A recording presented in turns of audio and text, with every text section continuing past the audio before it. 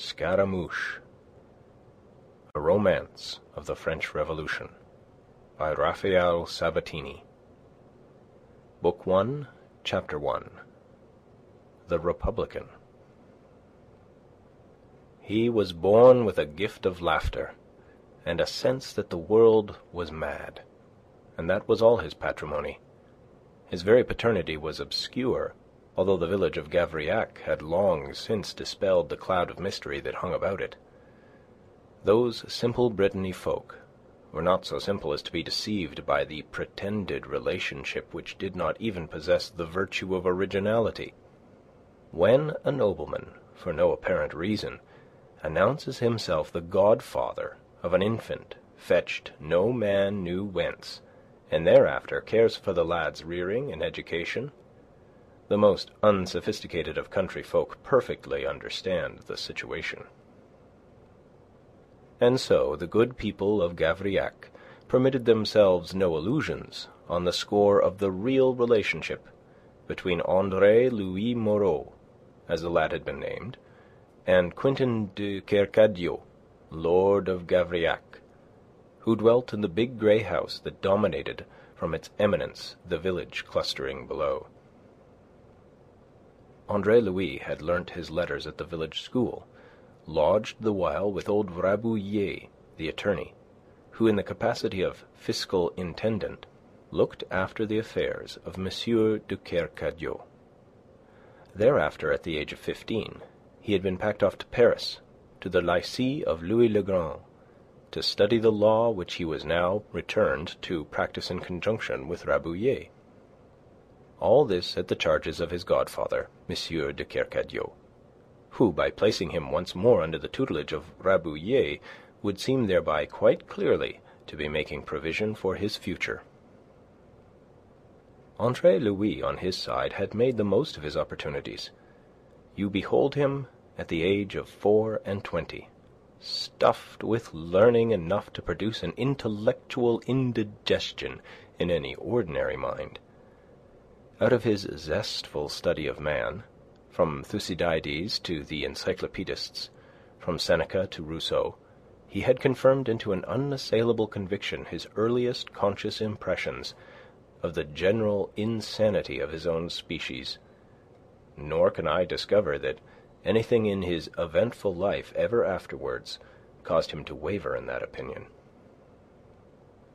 In body, he was a slight wisp of a fellow, scarcely above middle height, with a lean, astute countenance, prominent of nose and cheekbones, and with lank black hair that reached almost to his shoulders. His mouth was long, thin-lipped, and humorous.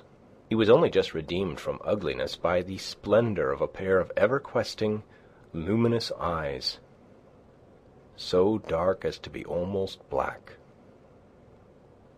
Of the whimsical quality of his mind, and his rare gift of graceful expression, his writings, unfortunately but too scanty, and particularly his confessions, afford us very ample evidence. Of his gift of oratory, he was hardly conscious yet, although he had already achieved a certain fame for it in the Literary Chamber of Rennes, one of those clubs by now ubiquitous in the land, in which the intellectual youth of France foregathered to study and discuss the new philosophies that were permeating social life. But the fame he had acquired there was hardly enviable. He was too impish, too caustic, too much disposed, so thought his colleagues, to ridicule their sublime theories for the regeneration of mankind. Himself, he protested that he merely held them up to the mirror of truth, and that it was not his fault if, when reflected there, they looked ridiculous. All that he achieved by this was to exasperate, and his expulsion from a society grown mistrustful of him must already have followed, but for his friend, Philippe de Vilmorin, a divinity student of Rennes, who himself was one of the most popular members of the Literary Chamber. Coming to Gavrillac on a November morning, laden with news of the political storms which were then gathering over France, Philippe found in that sleepy Breton village matter to quicken his already lively indignation. A peasant of Gavrillac, named Mabey, had been shot dead that morning in the woods of Meupont across the river by a gamekeeper of the Marquis de La Tour d'Azyr. The unfortunate fellow had been caught in the act of taking a pheasant from a snare, and the gamekeeper had acted under explicit orders from his master. Infuriated by an act of tyranny so absolute and merciless, M. de Vilmorin proposed to lay the matter before M. de Kercadiou. Mabey was a vassal of Gavrillac, and Vilmorin hoped to move the Lord of Gavrillac to demand at least some measure of reparation for the widow and the 3 orphans which that brutal deed had made. But because Andrew Louis was Philippe's dearest friend, indeed his almost brother, the young seminarist sought him out in the first instance. He found him at breakfast, alone in the long, low-ceilinged, white-panelled dining-room at Rabouillet's, the only home that Andrew Louis had ever known, and after embracing him, deafened him with his denunciation of M. de La Tour d'Azyr. "I have heard of it already," said Andre Louis. "You speak as if the thing had not surprised you," his friend reproached him. "Nothing beastly can surprise me when done by a beast, and La Tour d'Azyr is a beast, as all the world knows. The more fool Mabey for stealing his pheasants. He should have stolen somebody else's." "Is that all you have to say about it?" "What more is there to say? I've a practical mind, I hope." "What more there is to say, I propose to say to your godfather, M. de Kercadiou.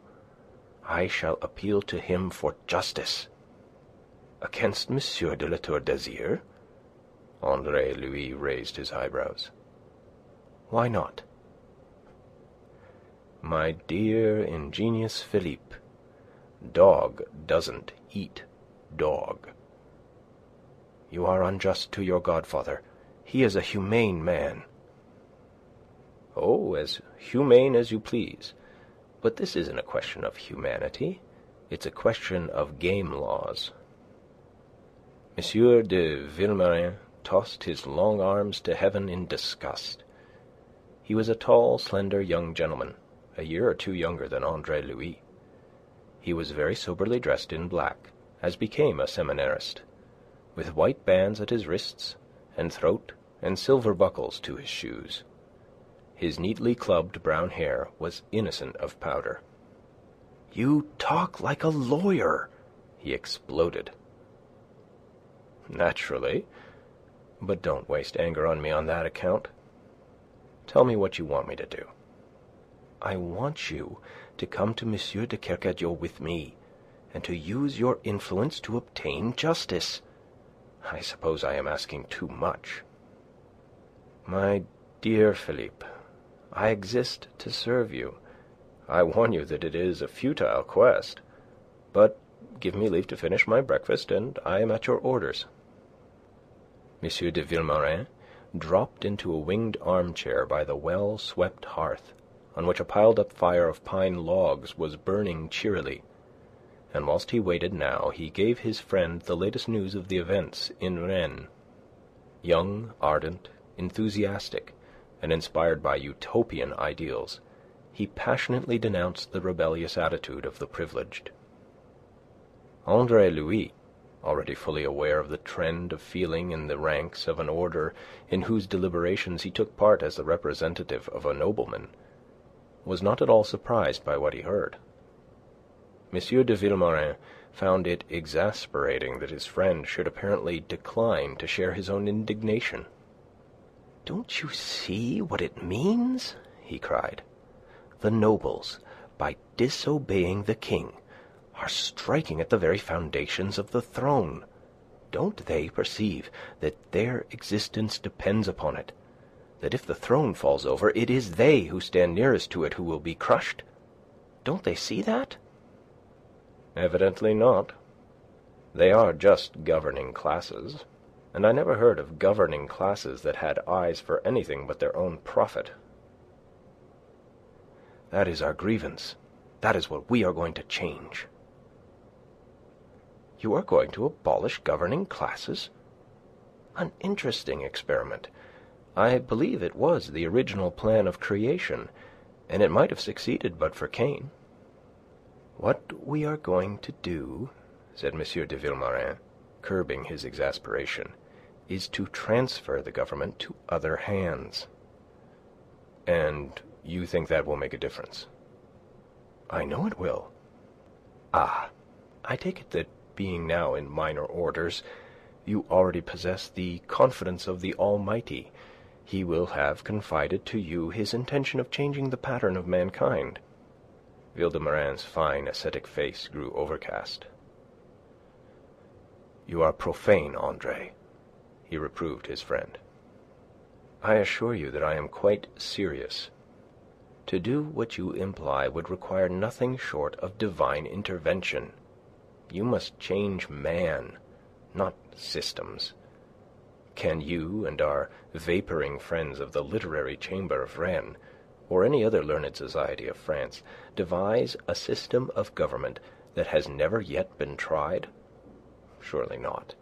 And can they say of any system tried that it proved other than a failure in the end? My dear Philippe, the future is to be read with certainty only in the past. Ab actu ad posse valle consecutio. Man never changes. He is always greedy, always acquisitive, always vile. I am speaking of man in the bull. Do you pretend that it is impossible to ameliorate the lot of the people?" M. de Vilmorin challenged him. "When you say the people, you mean, of course, the populace. Will you abolish it? That is the only way to ameliorate its lot. For as long as it remains populous, its lot will be damnation. You argue, of course, for the side that employs you. That is natural, I suppose." M. de Vilmorin spoke between sorrow and indignation. "On the contrary, I seek to argue with absolute detachment. Let us test these ideas of yours. To what form of government do you aspire? A republic, it is to be inferred from what you have said. Well, you have it already. France, in reality, is a republic today." Philippe stared at him. "You are being paradoxical, I think. What of the king?" "The king? All the world knows there has been no king in France since Louis XIV. There is an obese gentleman at Versailles who wears the crown, but the very news you bring shows for how little he really counts. It is the nobles and clergy who sit in the high places, with the people of France harnessed under their feet, who are the real rulers. That is why I say that France is a republic. She is a republic built on the best pattern, the Roman pattern. Then, as now, there were great patrician families living in luxury, preserving for themselves power and wealth, and whatever else is accounted worth possessing. And there was the populace, crushed and groaning, sweating, bleeding, starving, and perishing in the Roman kennels. That was a republic, the mightiest we have seen." Philippe strove with his impatience. "At least you will admit, you have, in fact, admitted it, that we could not be worse governed than we are." "That is not the point. The point is, should we be better governed if we replaced the present ruling class by another? Without some guarantee of that, I should be the last to lift a finger to effect a change. And what guarantees can you give? What is the class that aims at government? I will tell you. The bourgeoisie." "What?" "That startles you, eh? Truth is so often disconcerting. You hadn't thought of it? Well, think of it now. Look well into this Nantes manifesto. Who are the authors of it? I can tell you who it was constrained the municipality of Nantes to send it to the king. Some 10,000 workmen, shipwrights, weavers, labourers, and artisans of every kind. Stimulated to it, driven to it, by their employers, the wealthy traders and shipowners of that city, Andre Louis replied. I have a habit of observing things at close quarters, which is why our colleagues at the Literary Chamber dislike me so cordially in debate. Where I delve, they but skim, behind those labourers and artisans of Nantes, counselling them, urging on these poor, stupid, ignorant toilers to shed their blood in pursuit of the will-o'-the-wisp of freedom, are the sailmakers, the spinners, the ship owners, and the slave traders. The slave traders. The slave traders. The men who live and grow rich by a traffic in human flesh and blood in the colonies are conducting at home a campaign in the sacred name of liberty. Don't you see that the whole movement is a movement of hucksters and traders and peddling vassals swollen by wealth into envy of the power that lies in birth alone? The money changers in Paris who hold the bonds in the national debt, seeing the parlous financial condition of the state, tremble at the thought that it may lie in the power of a single man to cancel the debt by bankruptcy. To secure themselves they are burrowing underground, to overthrow a state and build upon its ruins a new one in which they shall be the masters. And to accomplish this, they inflame the people. Already in Dauphiny we have seen blood run like water, the blood of the populace. Always the blood of the populace. Now in Brittany we may see the like. And if in the end the new ideas prevail, if the seigneurial rule is overthrown, what then? You will have exchanged an aristocracy for a plutocracy. Is that worthwhile? Do you think that under money changers and slave traders and men who have waxed rich in other ways by the ignoble arts of buying and selling, the lot of the people will be any better than under their priests and nobles? Has it ever occurred to you, Philippe, what it is that makes the rule of the nobles so intolerable? Acquisitiveness. Acquisitiveness is the curse of mankind. And shall you expect less acquisitiveness in men who have built themselves up by acquisitiveness? Oh, I am ready to admit that the present government is execrable, unjust, tyrannical, what you will. But I beg you to look ahead, and to see that the government for which it is aimed at exchanging it may be infinitely worse. Philippe sat thoughtful a moment. Then he returned to the attack. You do not speak of the abuses, the horrible, intolerable abuses of power under which we labour at present. Where there is power, there will always be the abuse of it. Not if the tenure of power is dependent upon its equitable administration. The tenure of power is power. We cannot dictate to those who hold it. The people can. The people in its might.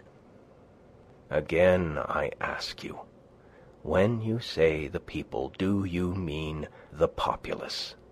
You do. What power can the populace wield? It can run wild. It can burn and slay for a time.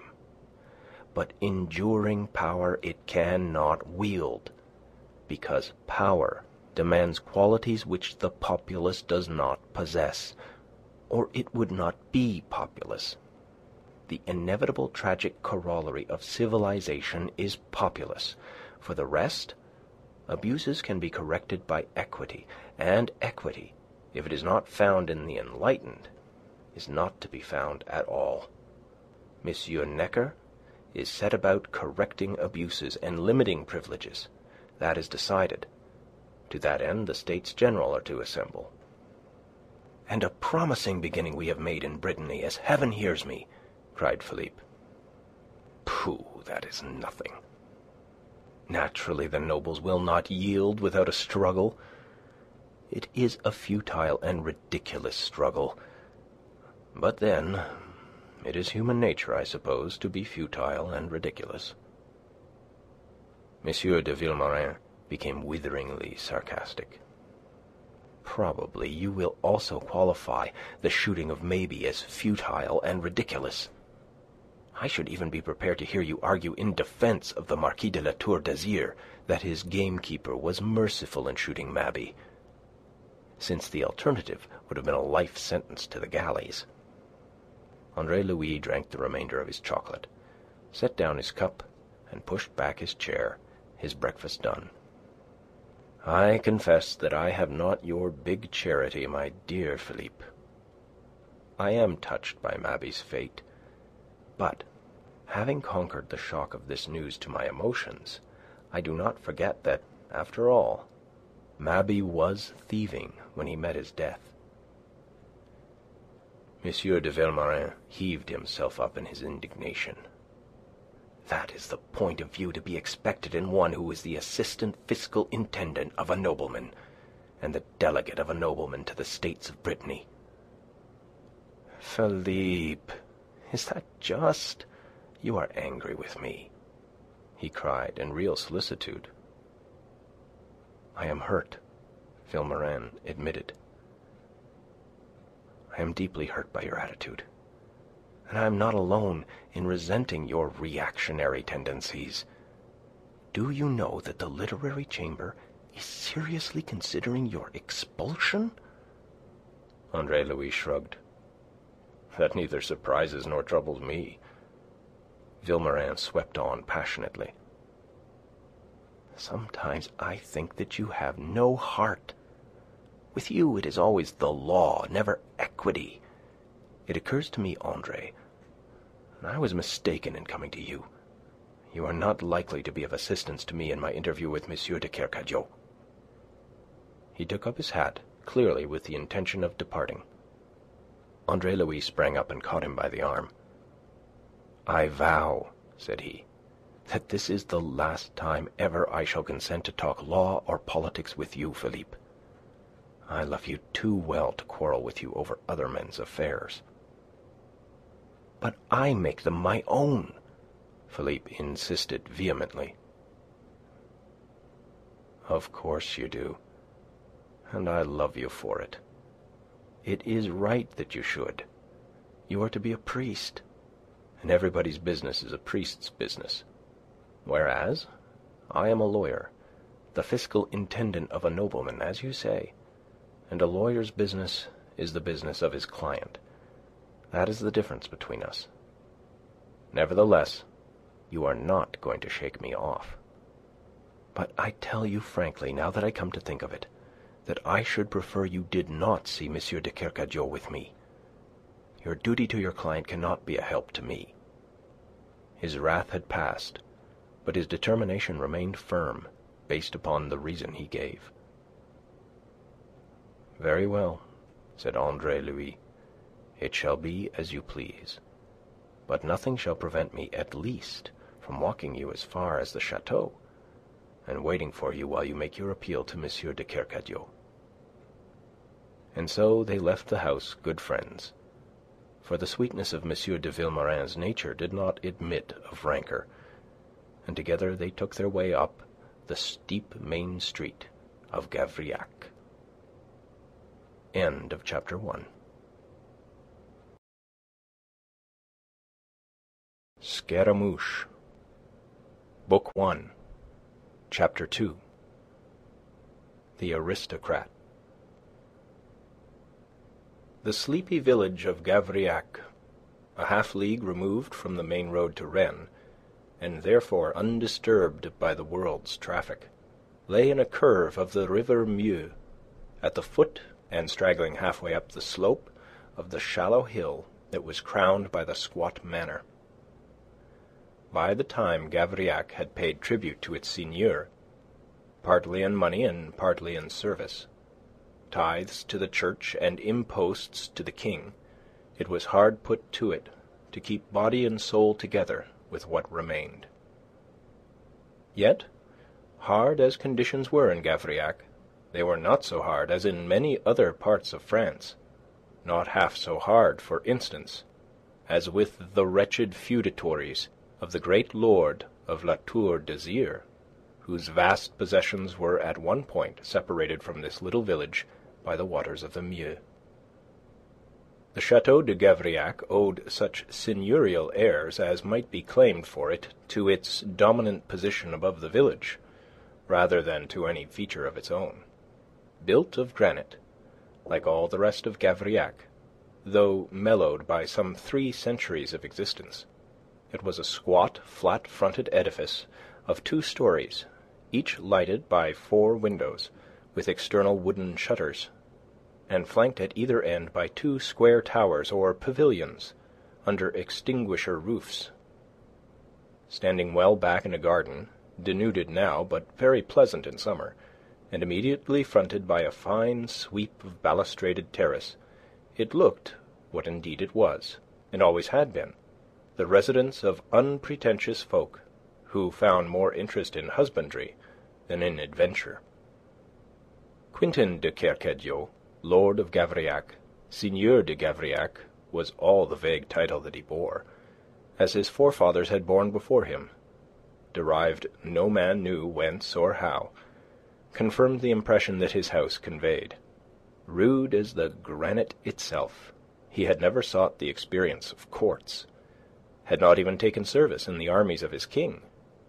He left it to his younger brother, Etienne, to represent the family in those exalted spheres. His own interests from earlier years had been centred in his woods and pastures. He hunted, and he cultivated his acres, and superficially he appeared to be little better than any of his rustic métayers. He kept no state, or at least no state commensurate with his position or with the tastes of his niece, Aline de Kercadiou. Aline, having spent some 2 years in the court atmosphere of Versailles under the aegis of her uncle Etienne, had ideas very different from those of her uncle Quintin of what was befitting seigneurial dignity. But though this only child of a 3rd Kercadiou had exercised, ever since she was left an orphan at the early age of 4, a tyrannical rule over the Lord of Gavrillac, who had been father and mother to her, she had never yet succeeded in beating down his stubbornness on that score. She did not yet despair, persistence being a dominant note in her character, although she had been assiduously and fruitlessly at work since her return from the great world of Versailles some 3 months ago. She was walking on the terrace when Andre Louis and M. de Vilmorin arrived. Her slight body was wrapped against the chill air in a white pelisse. Her head was encased in a close-fitting bonnet, edged with white fur. It was caught tight in a knot of pale blue ribbon under the right of her chin. On the left, a long ringlet of corn-colored hair had been permitted to escape. The keen air had whipped so much of her cheeks as was presented to it, and seemed to have added sparkle to eyes that were of the darkest blue. Andre Louis and M. de Vilmorin had been known to her from childhood. The 3 had been playmates once, and Andre Louis, in view of his spiritual relationship with her uncle, she called her cousin.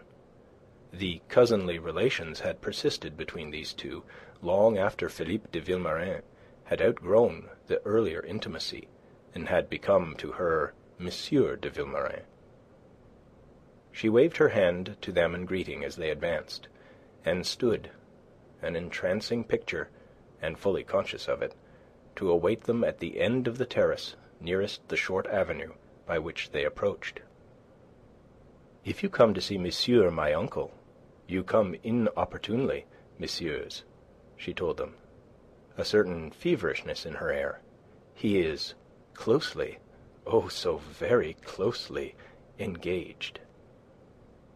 "We will wait, mademoiselle," said M. de Vilmorin, bowing gallantly over the hand she extended to him.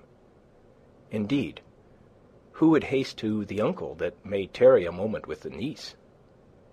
"Monsieur l'Abbé," she teased him, "when you are in orders, I shall take you for my confessor. You have so ready and sympathetic an understanding." "But no curiosity," said Andre Louis. "You haven't thought of that." "I wonder what you mean, Cousin Andre." "Well, you may," laughed Philippe, "for no one ever knows." And then his glance straying across the terrace settled upon a carriage that was drawn up before the door of the chateau. It was a vehicle such as was often to be seen in the streets of a great city, but rarely in the country. It was a beautifully sprung two-horse cabriolet of walnut, with a varnish upon it like a sheet of glass, and little pastoral scenes exquisitely painted on the panels of the door. It was built to carry 2 persons, with a box in front for the coachman, and a stand behind for the footman. This stand was empty, but the footman paced before the door, and as he emerged now from behind the vehicle into the range of M. de Vilmorin's vision, he displayed the resplendent blue and gold livery of the Marquis de La Tour d'Azyr. "Why," he exclaimed, "is it M. de La Tour d'Azyr who is with your uncle?" "It is, monsieur," said she, a world of mystery in voice and eyes, of which M. de Vilmorin observed nothing. "Ah, pardon." He bowed low, hat in hand. "Serviteur, mademoiselle." And he turned to depart towards the house. "Shall I come with you, Philippe?" Andre Louis called after him. "It would be ungallant to assume that you would prefer it," said M. de Vilmorin, with a glance at mademoiselle. "Nor do I think it would serve. If you will wait..." M. de Vilmorin strode off. Mademoiselle, after a moment's blank pause, laughed ripplingly. "Now, where is he going in such a hurry?" "To see M. de La Tour d'Azyr as well as your uncle, I should say." "But he cannot. They cannot see him. Did I not say that they are very closely engaged?" "You don't ask me why, Andre." There was an arch mysteriousness about her, a latent something that may have been elation or amusement, or perhaps both. Andre Louis could not determine it. "Since obviously you are all eagerness to tell, why should I ask?" quoth he. "If you are caustic, I shall not tell you, even if you ask." "Oh, yes, I will. It will teach you to treat me with the respect that is my due." "I hope I shall never fail in that." "Less than ever, when you learn that I am very closely concerned in the visit of M. de La Tour d'Azyr. I am the object of this visit." And she looked at him with sparkling eyes and lips parted in laughter. "The rest you would seem to imply is obvious.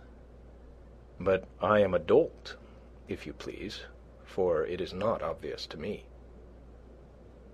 "Why, stupid, he comes to ask my hand in marriage."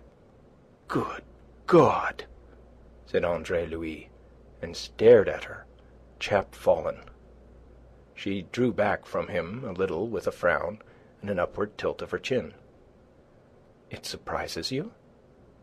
"It disgusts me," said he bluntly. "In fact, I don't believe it. You are amusing yourself with me." For a moment she put aside her visible annoyance to remove his doubts. "I am quite serious, monsieur. There came a formal letter to my uncle this morning from M. de La Tour d'Azyr, announcing the visit and its object. I will not say that it did not surprise us a little." "Oh, I see," cried Andre Louis, in relief. "I understand. For a moment I had almost feared..." He broke off, looked at her, and shrugged. "Why do you stop? You had almost feared that Versailles had been wasted upon me, that I should permit the courtship of me to be conducted like that of any village wench. It was stupid of you. I am being sought in proper form at my uncle's hands." "Is his consent, then, all that matters according to Versailles?" "What else?" "There is your own." She laughed. "I am a dutiful niece, when it suits me." "And will it suit you to be dutiful if your uncle accepts this monstrous proposal?" "Monstrous?" She bridled. "And why monstrous, if you please?" "For a score of reasons," he answered irritably. "Give me one," she challenged him. "He is twice your age." "Hardly so much," said she. "He is 45 at least." "But he looks no more than 30. He is very handsome. So much you will admit. Nor will you deny that he is very wealthy and very powerful, the greatest nobleman in Brittany. He will make me a great lady." "God made you that, Aline." "Come, that's better. Sometimes you can almost be polite." And she moved along the terrace, Andre Louis pacing beside her. "I can be more than that, to show reason why you should not let this beast befoul the beautiful thing that God has made." She frowned and her lips tightened. "You are speaking of my future husband," she reproved him. His lips tightened too. His pale face grew paler. "And is it so? It is settled, then? Your uncle is to agree? You are to be sold thus, lovelessly, into bondage to a man you do not know? I had dreamed of better things for you, Aline." "Better than to be Marquise de La Tour d'Azyr?" He made a gesture of exasperation. "Are men and women nothing more than names? Do the souls of them count for nothing? Is there no joy in life, no happiness, that wealth and pleasure and empty high-sounding titles are to be its only aims? I had set you high. So high, Aline, a thing scarce earthly. There is joy in your heart, intelligence in your mind, and, as I thought, the vision that pierces husks and shams to claim the core of reality for its own. Yet you will surrender all for a parcel of make-believe. You will sell your soul and your body to be Marquise de La Tour d'Azyr." "You are indelicate," said she, and though she frowned, her eyes laughed. "And you go headlong to conclusions. My uncle will not consent to more than to allow my consent to be sought. We understand each other, my uncle and I. I am not to be bartered like a turnip." He stood still to face her, his eyes glowing, a flush creeping into his pale cheeks. "You have been torturing me to amuse yourself," he cried. "Ah, well, I will forgive you out of my relief." "Again you go too fast. Cousin Andre, I have permitted my uncle to consent that Monsieur le Marquis shall make his court to me. I like the look of the gentleman. I am flattered by his preference when I consider his eminence.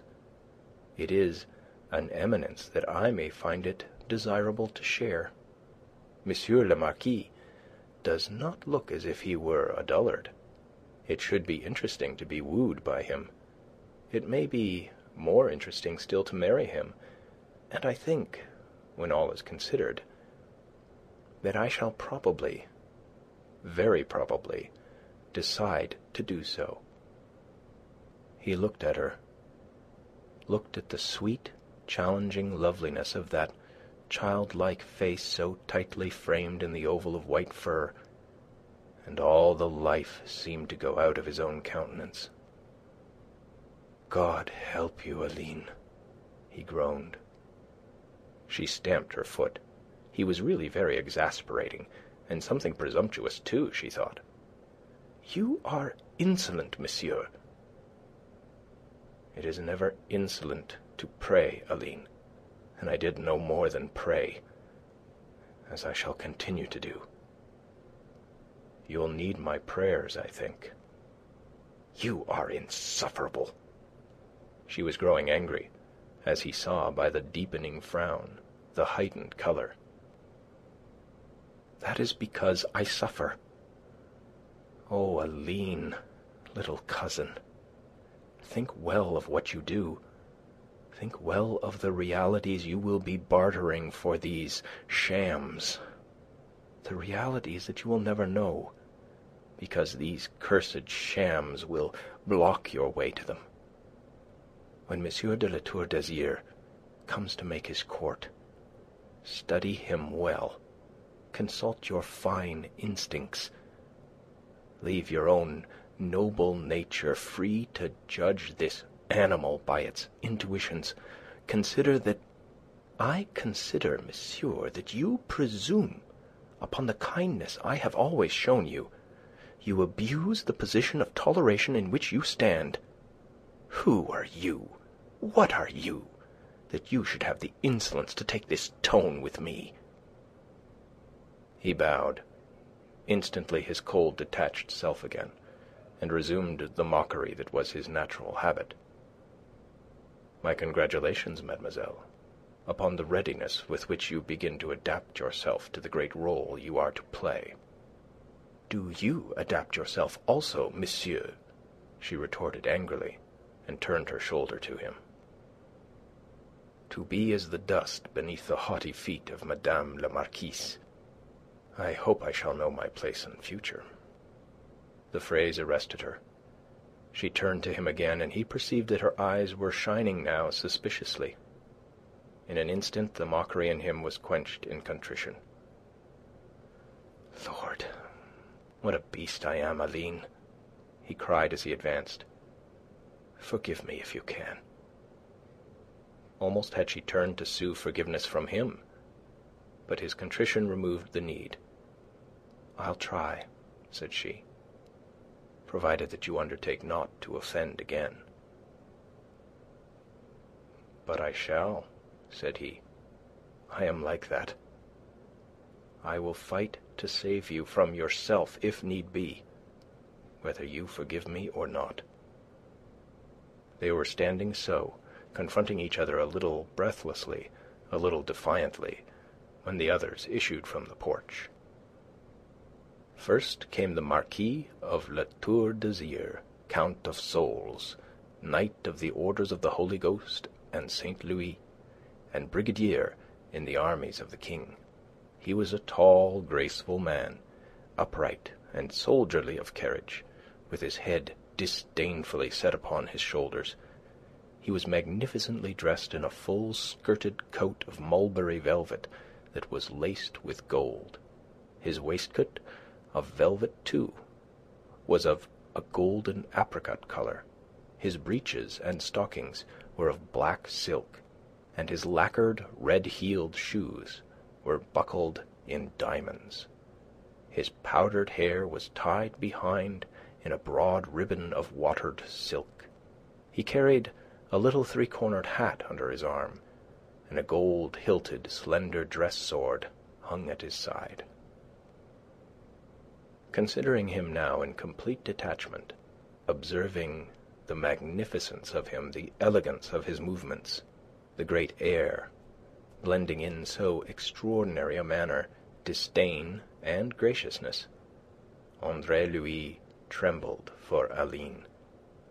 Here was a practised, irresistible wooer, whose bonne fortune were become a byword, a man who had hitherto been the despair of dowagers with marriageable daughters, and the desolation of husbands with attractive wives.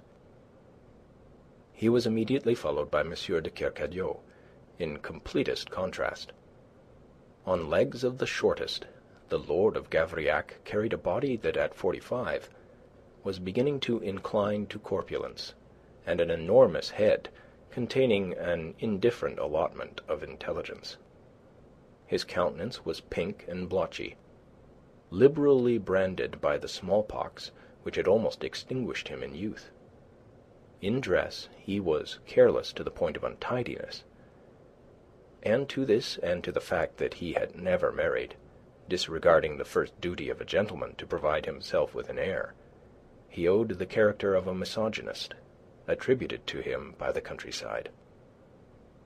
After M. de Kercadiou came M. de Vilmorin, very pale and self-contained, with tight lips and an overcast brow. To meet them there stepped from the carriage a very elegant young gentleman, the Chevalier de Chabrillane, M. de La Tour d'Azyr's cousin, who, whilst awaiting his return, had watched with considerable interest, his own presence unsuspected, the perambulations of Andre Louis and Mademoiselle. Perceiving Aline, M. de La Tour d'Azyr detached himself from the others and, lengthening his stride, came straight across the terrace to her. To Andre Louis the Marquis inclined his head with that mixture of courtliness and condescension which he used. Socially, the young lawyer stood in a curious position. By virtue of the theory of his birth, he ranked neither as noble nor as simple, but stood somewhere between the two classes, and whilst claimed by neither, he was used familiarly by both. Coldly now he returned M. de La Tour d'Azyr's greeting, and discreetly removed himself to go and join his friend. The Marquis took the hand that Mademoiselle extended to him, and bowing over it, bore it to his lips. "Mademoiselle," he said, looking into the blue depths of her eyes, that met his gaze smiling and untroubled, "Monsieur your uncle does me the honour to permit that I pay my homage to you. Will you, mademoiselle, do me the honour to receive me when I come tomorrow? I shall have something of great importance for your ear." "Of importance, Monsieur le Marquis? You almost frighten me." But there was no fear on the serene little face in its furred hood. It was not for nothing that she had graduated in the Versailles School of Artificialities. "That," said he, "is very far from my design." "But of importance to yourself, monsieur, or to me?" "To us both, I hope," he answered her, a world of meaning in his fine, ardent eyes. "You whet my curiosity, monsieur, and of course I am a dutiful niece. It follows that I shall be honoured to receive you." "Not honoured, mademoiselle. You will confer the honour. Tomorrow at this hour, then, I shall have the felicity to wait upon you." He bowed again, and again he bore her fingers to his lips, what time she curtsied. Thereupon, with no more than this formal breaking of the ice, they parted. She was a little breathless now, a little dazzled by the beauty of the man, his princely air, and the confidence of power he seemed to radiate. Involuntarily, almost, she contrasted him with his critic, the lean and impudent Andre Louis, in his plain brown coat and steel-buckled shoes, and she felt guilty of an unpardonable offence in having permitted even one word of that presumptuous criticism. Tomorrow, Monsieur le Marquis would come to offer her a great position, a great rank, and already she had derogated from the increase of dignity accruing to her from his very intention to translate her to so great an eminence. Not again would she suffer it. Not again would she be so weak and childish as to permit Andre Louis to utter his ribald comments upon a man by comparison with whom he was no better than a lackey. Thus argued vanity and ambition with her better self, and to her vast annoyance, her better self would not admit entire conviction. Meanwhile, M. de La Tour d'Azyr was climbing into his carriage. He had spoken a word of farewell to M. de Kercadiou, and he had also had a word for M. de Vilmorin, in reply to which M. de Vilmorin had bowed in assenting silence. The carriage rolled away, the powdered footman in blue and gold very stiff behind it, M. de La Tour d'Azyr bowing to Mademoiselle, who waved to him in answer. Then M. de Vilmorin put his arm through that of Andre Louis, and said to him, "Come, Andre." "But you'll stay to dine, both of you," cried the hospitable lord of Gavrillac. "We'll drink a certain toast," he added, winking an eye that strayed towards Mademoiselle, who was approaching. He had no subtleties, good soul that he was. M. de Vilmorin deplored an appointment that prevented him doing himself the honour. He was very stiff and formal. "And you, Andre?" "I? Oh, I share the appointment, godfather," he lied. "And I have a superstition against toasts."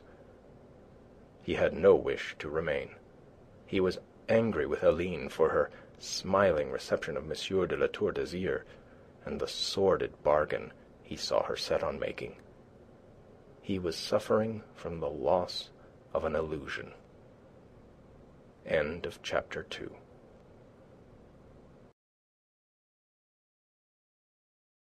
Scaramouche by Raphael Sabatini. Book 1, Chapter 3. The Eloquence of M. de Vilmorin. As they walked down the hill together, it was now M. de Vilmorin who was silent and preoccupied, Andre Louis who was talkative. He had chosen woman as a subject for his present discourse. He claimed, quite unjustifiably, to have discovered woman that morning, and the things he had to say of the sex were unflattering and occasionally almost gross. M. de Vilmorin, having ascertained the subject, did not listen.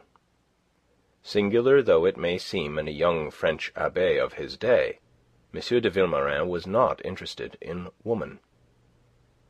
Poor Philippe was in several ways exceptional. Opposite the Breton Arme, the inn and posting-house at the entrance of the village of Gavrillac, M. de Vilmorin interrupted his companion just as he was soaring to the dizziest heights of caustic invective, and Andre Louis, restored thereby to actualities, observed the carriage of M. de La Tour d'Azyr standing before the door of the hostelry. "I don't believe you've been listening to me," said he. "Had you been less interested in what you were saying, you might have observed it sooner and spared your breath. The fact is, you disappoint me, Andre. You seem to have forgotten what we went for. I have an appointment here with M. le Marquis. He desires to hear me further in the matter. Up there at Gavrillac I could accomplish nothing. The time was ill chosen as it happened. But I have hopes of M. le Marquis." "Hopes of what?" "That he will make what reparation lies in his power. Provide for the widow and the orphans. Why else should he desire to hear me further?" "Unusual condescension," said Andre Louis, and quoted, "Timeo Danaos e dona ferentes." "Why?" asked Philippe. "Let us go and discover, unless you consider that I shall be in the way." Into a room on the right, rendered private to M. le Marquis for so long as he should elect to honour it, the young men were ushered by the host. A fire of logs was burning brightly at the room's far end, and by this sat now M. de La Tour d'Azyr and his cousin, the Chevalier de Chabrillane. Both rose as M. de Vilmorin came in. Andre Louis, following, paused to close the door. "You oblige me by your prompt courtesy, M. de Vilmorin," said the Marquis, but in a tone so cold as to belie the politeness of his words. "A chair, I beg." "Ah, Moreau." The note was frigidly interrogative. "He accompanies you, monsieur?" he asked. "If you please, Monsieur le Marquis." "Why not? Find yourself a seat, Moreau." He spoke over his shoulder as to a lackey.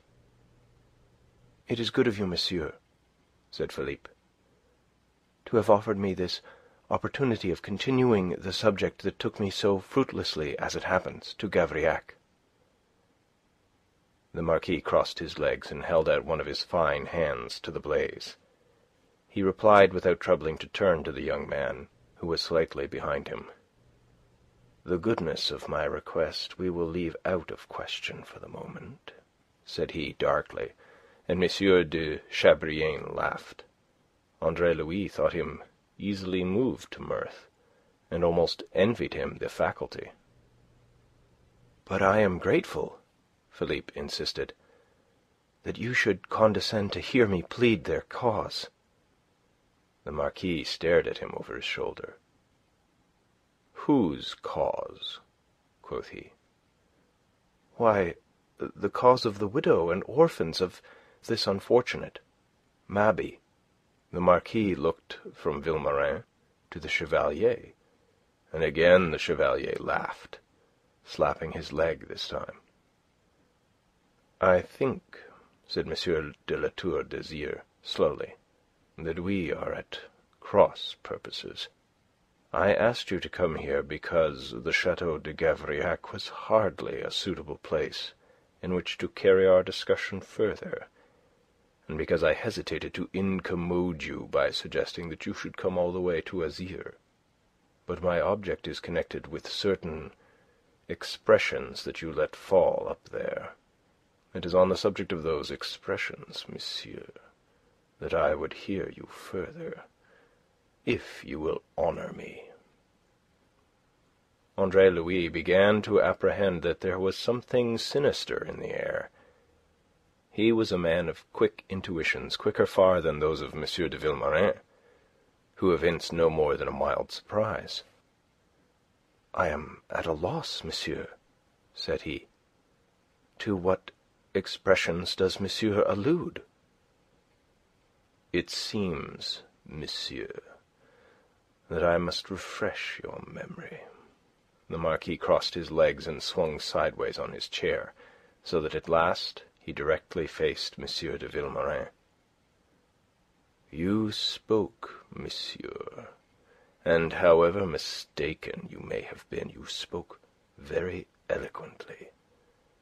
Too eloquently, almost, it seemed to me, of the infamy of such a deed as the act of summary justice upon this thieving fellow Mabey, or whatever his name may be. Infamy was the precise word you used. You did not retract that word when I had the honour to inform you that it was by my orders that my gamekeeper Binet proceeded as he did." "If," said M. de Vilmorin, "the deed was infamous, its infamy is not modified by the rank, however exalted, of the person responsible. Rather, it is aggravated." "Ah!" said M. le Marquis, and drew a gold snuff-box from his pocket. "You say, if the deed was infamous, monsieur. Am I to understand that you are no longer as convinced as you appeared to be of its infamy?" M. de Vilmorin's fine face wore a look of perplexity. He did not understand the drift of this. "It occurs to me, M. le Marquis, in view of your readiness to assume responsibility, that you must believe justification for the deed which is not apparent to myself." "That is better. That is distinctly better." The Marquis took snuff delicately, dusting the fragments from the fine lace at his throat. "You realize that with an imperfect understanding of these matters, not being yourself a landowner, you may have rushed to unjustifiable conclusions. That is indeed the case. May it be a warning to you, monsieur, when I tell you that for months past I have been annoyed by similar depredations. You will perhaps understand that it had become necessary to employ a deterrent sufficiently strong to put an end to them. Now that the risk is known, I do not think there will be any more prowling in my coverts, and there is more in it than that, Monsieur de Vilmorin. It is not the poaching that annoys me so much as the contempt for my absolute and inviolable rights. There is, monsieur, as you cannot fail to have observed, an evil spirit of insubordination in the air, and there is one only way in which to meet it. To tolerate it in however slight a degree, to show leniency, however leniently disposed, would entail having recourse to still harsher measures tomorrow. You understand me, I am sure, and you will also, I am sure, appreciate the condescension of what amounts to an explanation from me, where I cannot admit that any explanations were due. If anything in what I have said is still obscure to you, I refer you to the game laws, which your lawyer friend there will expound for you at need." With that the gentleman swung round again to face the fire. It appeared to convey the intimation that the interview was at an end. And yet this was not by any means the intimation that it conveyed to the watchful, puzzled, vaguely uneasy Andre Louis. It was, thought he, a very curious, a very suspicious oration. It affected to explain with a politeness of terms and a calculated insolence of tone, whilst in fact it could only serve to stimulate and goad a man of M. de Vilmorin's opinions. And that is precisely what it did. He rose. "Are there in the world no laws but game laws?" he demanded, angrily. "Have you never by any chance heard of the laws of humanity?" The Marquis sighed wearily. "What have I to do with the laws of humanity?" he wondered. M. de Vilmorin looked at him a moment in speechless amazement. "Nothing, Monsieur le Marquis. That is, alas, too obvious. I hope you will remember it in the hour when you may wish to appeal to those laws which you now deride." M. de La Tour d'Azyr threw back his head sharply, his high-bred face imperious. "Now, what precisely shall that mean? It is not the first time today that you have made use of dark sayings that I could almost believe to veil the presumption of a threat." "Not a threat, Monsieur le Marquis. A warning that such deeds as these against God's creatures...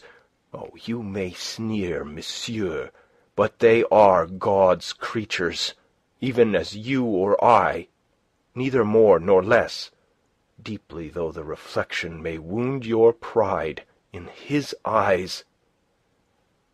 Of your charity, spare me a sermon, Monsieur l'Abbé." "You mock, monsieur. You laugh.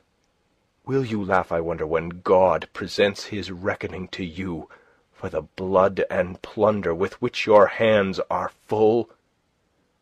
"Monsieur!" The word, sharp as the crack of a whip, was from M. de Chabrillane, who bounded to his feet, but instantly the Marquis repressed him. "Sit down, Chevalier. You are interrupting Monsieur l'Abbé, and I should like to hear him further. He interests me profoundly." In the background, Andre Louis, too, had risen, brought to his feet by alarm by the evil that he saw written on the handsome face of M. de La Tour d'Azyr.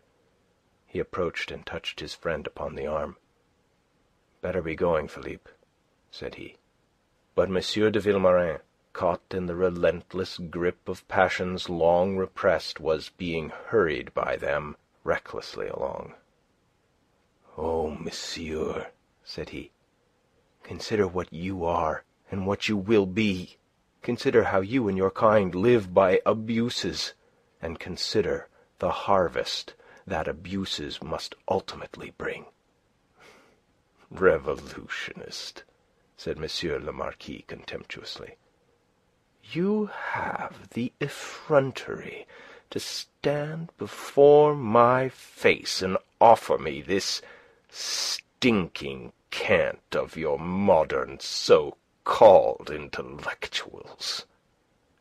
"Is it cant, monsieur? Do you believe in your soul that it is cant? Is it cant that the feudal grip is on all things that live, crushing them like grapes in the press to its own profit?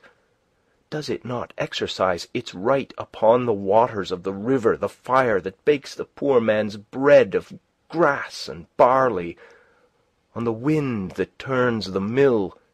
The peasant cannot take a step upon the road, cross a crazy bridge over a river, buy an ell of cloth in the village market, without meeting feudal rapacity, without being taxed in feudal dues. Is not that enough, Monsieur le Marquis? Must you also demand his wretched life in payment for the least infringement of your sacred privileges, careless of what widows or orphans you dedicate to woe? Will not content you but that your shadow must lie like a curse upon the land? And do you think in your pride that France, this Job among the nations, will suffer it forever?"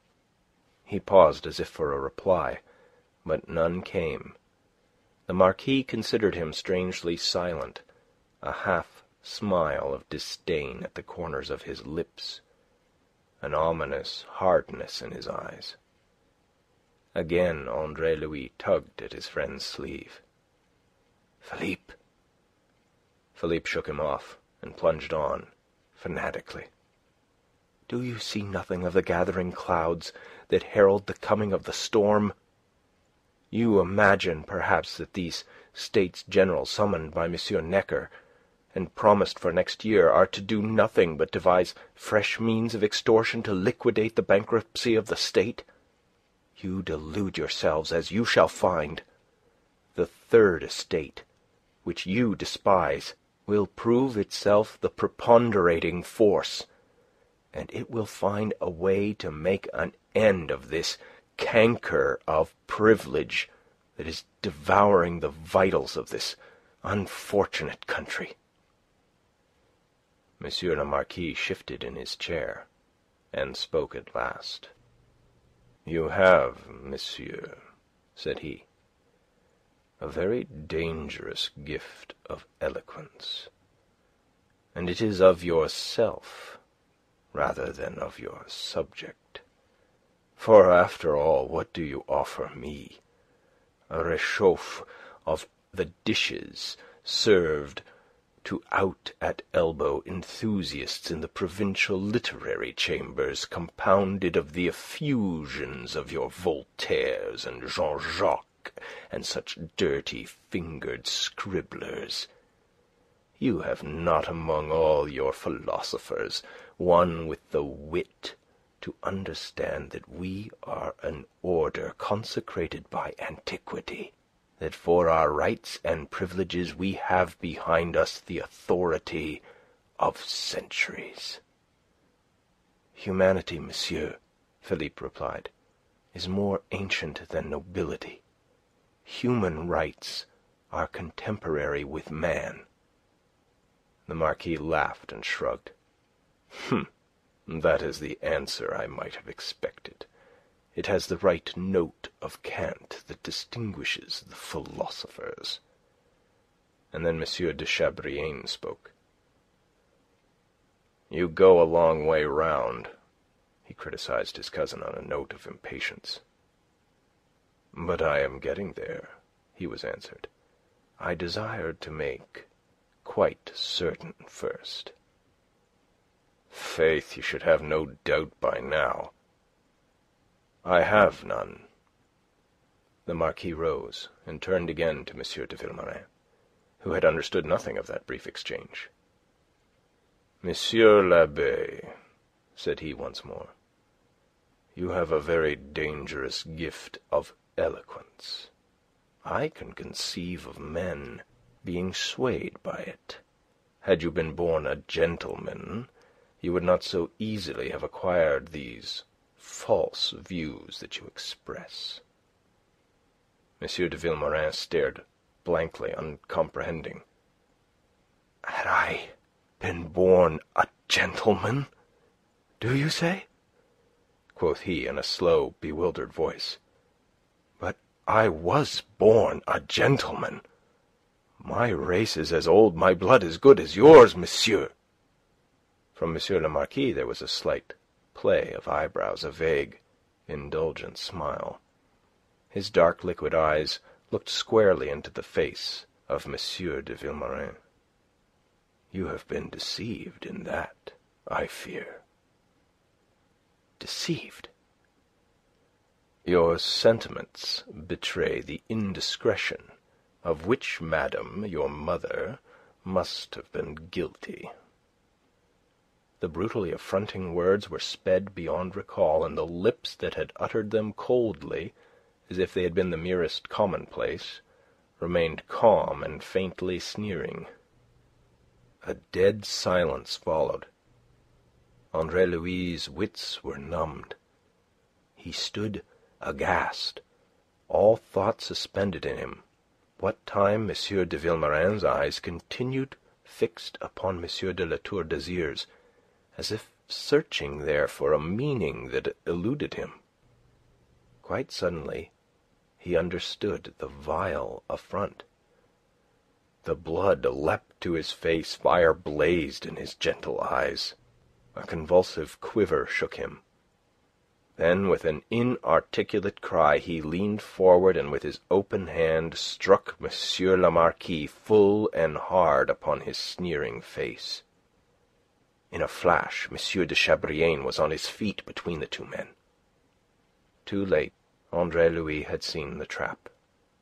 La Tour d'Azyr's words were but as a move in a game of chess, calculated to exasperate his opponent into some such countermove as this, a countermove that left him entirely at the other's mercy.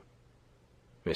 le Marquis looked on, very white, save where M. de Vilmorin's fingerprints began slowly to colour his face.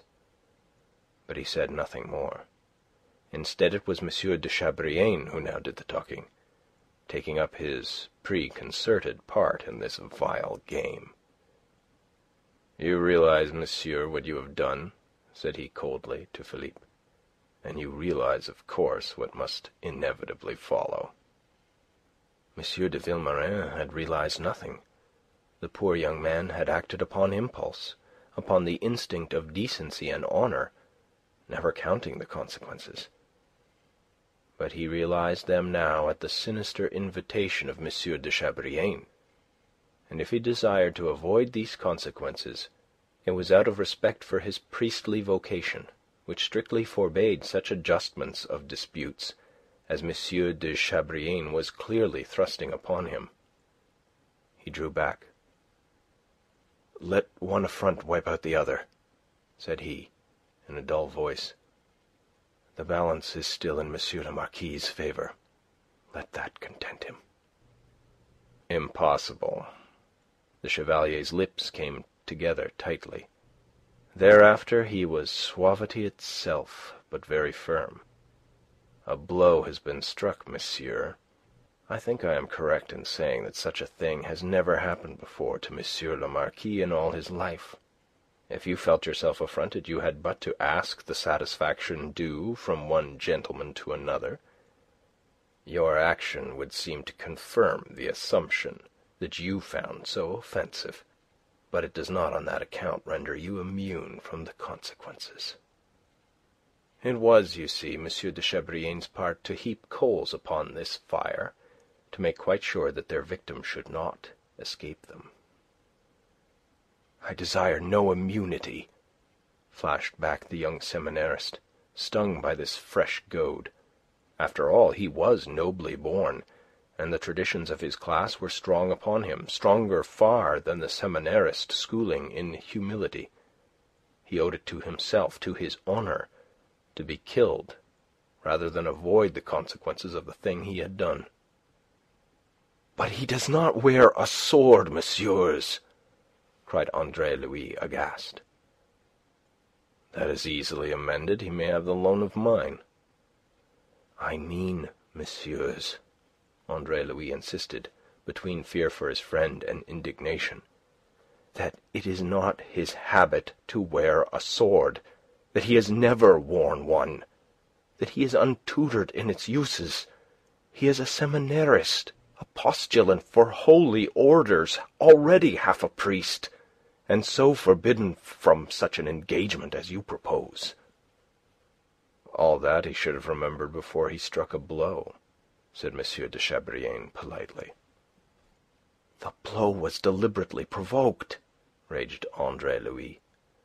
Then he recovered himself, though the other's haughty stare had no part in that recovery. "Oh, my God, I talk in vain. How is one to argue against a purpose formed? Come away, Philippe. Don't you see the trap?" M. de Vilmorin cut him short and flung him off. "Be quiet, Andre. Monsieur le Marquis is entirely in the right." "Monsieur le Marquis is in the right!" Andre Louis let his arms fall helplessly. This man he loved above all other living men was caught in the snare of the world's insanity. He was baring his breast to the knife for the sake of a vague, distorted sense of the honour due to himself. It was not that he did not see the trap. It was that his honour compelled him to disdain consideration of it. To Andre Louis, in that moment, he seemed a singularly tragic figure. Noble, perhaps, but very pitiful. End of Chapter 3 of Book 1. Scaramouche by Raphael Sabatini. Book 1, Chapter 4. The Heritage. It was M. de Vilmorin's desire that the matter should be settled out of hand. In this he was at once objective and subjective. A prey to emotions sadly at conflict with his priestly vocation, he was above all in haste to have it done, so that he might resume a frame of mind more proper to it. Also he feared himself a little, by which I mean that his honour feared his nature. The circumstances of his education, and the goal that for some years now he had kept in view, had robbed him of much of that spirited brutality that is the birthright of the male. He had grown timid and gentle as a woman. Aware of it, he feared that once the heat of his passion was spent, he might betray a dishonouring weakness in the ordeal. M. le Marquis, on his side, was no less eager for an immediate settlement, and since they had M. de Chabrillane to act for his cousin, and Andre Louis to serve as witness for M. de Vilmorin, there was nothing to delay them. And so, within a few minutes, all arrangements were concluded, and you behold that sinisterly intentioned little group of four assembled in the afternoon sunshine on the bowling green behind the inn. They were entirely private, screened more or less from the windows of the house by a ramage of trees which, if leafless now, was at least dense enough to provide an effective lattice. There were no formalities over measurements of blades or selection of ground. M. le Marquis removed his sword-belt and scabbard, but declined, not considering it worth while for the sake of so negligible an opponent, to divest himself either of his shoes or his coat. Tall, lithe, and athletic, he stood to face the no less tall, but very delicate and frail, M. de Vilmorin. The latter also disdained to make any of the usual preparations. Since he recognized that it could avail him nothing to strip, he came on guard fully dressed, 2 hectic spots above the cheekbones burning on his otherwise grey face. M. de Chabrillane, leaning upon a cane, for he had relinquished his sword to M. de Vilmorin, looked on with quiet interest. Facing him on the other side of the combatants stood Andre Louis, the palest of the four, staring from fevered eyes, twisting and untwisting clammy hands. His every instinct was to fling himself between the antagonists, to protest against and frustrate this meeting. That sane impulse was curbed, however, by the consciousness of its futility. To calm him, he clung to the conviction that the issue could not really be very serious.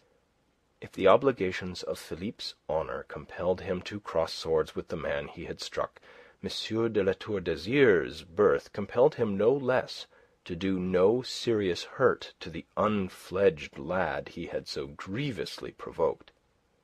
M. le Marquis, after all, was a man of honour. He could intend no more than to administer a lesson, sharp, perhaps, but one by which his opponent must live to profit. Andre Louis clung obstinately to that for comfort. Steel beat on steel, and the men engaged. The Marquis presented to his opponent the narrow edge of his upright body, his knees slightly flexed and converted into living springs, whilst M. de Vilmorin stood squarely, a full target, his knees wooden. Honour and the spirit of fair play alike cried out against such a match.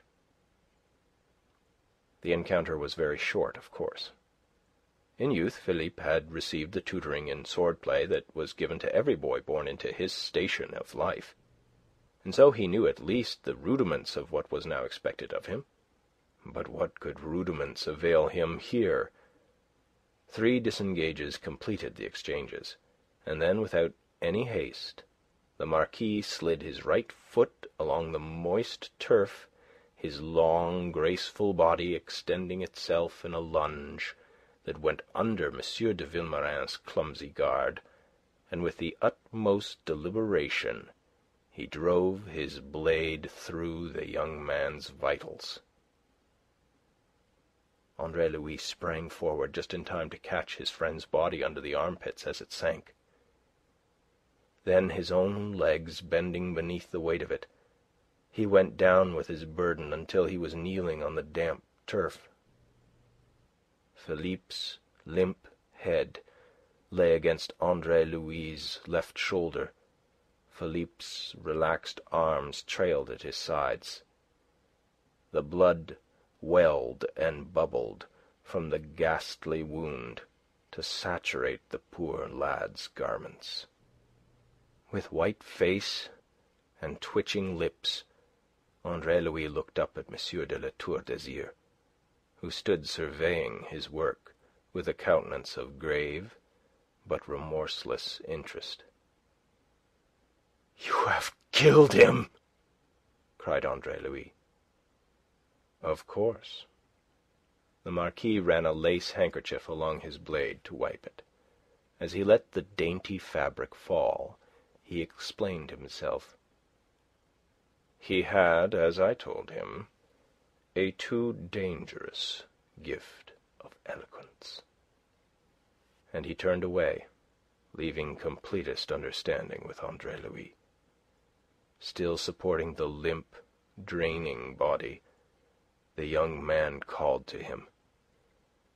"Come back, you cowardly murderer, and make yourself quite safe by killing me, too." The Marquis half turned, his face dark with anger. Then M. de Chabrillane set a restraining hand upon his arm. Although a party throughout to the deed, the Chevalier was a little appalled now that it was done. He had not the high stomach of M. de La Tour d'Azyr, and he was a good deal younger. "Come away," he said. "The lad is raving. They were friends." "You heard what he said," quoth the Marquis. "Nor can he, or you, or any man deny it," flung back Andre Louis. "Yourself, monsieur, you made the confession when you gave me now the reason you killed him. You did it because you feared him." "If that were true, what then?" asked the great gentleman. "Do you ask? Do you understand of life and humanity nothing but how to wear a coat and dress your hair?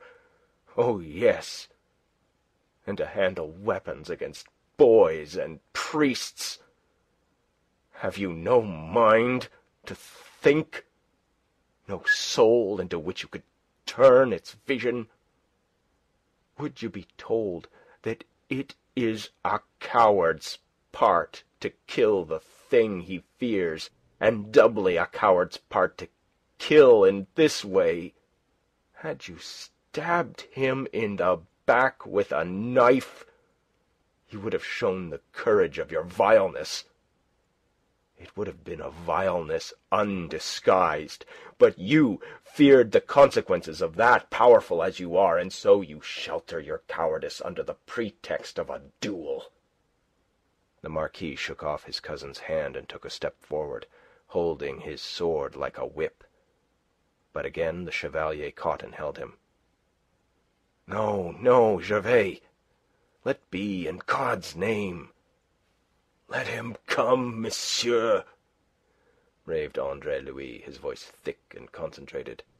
"Let him complete his coward's work on me, and thus make himself safe from a coward's wages."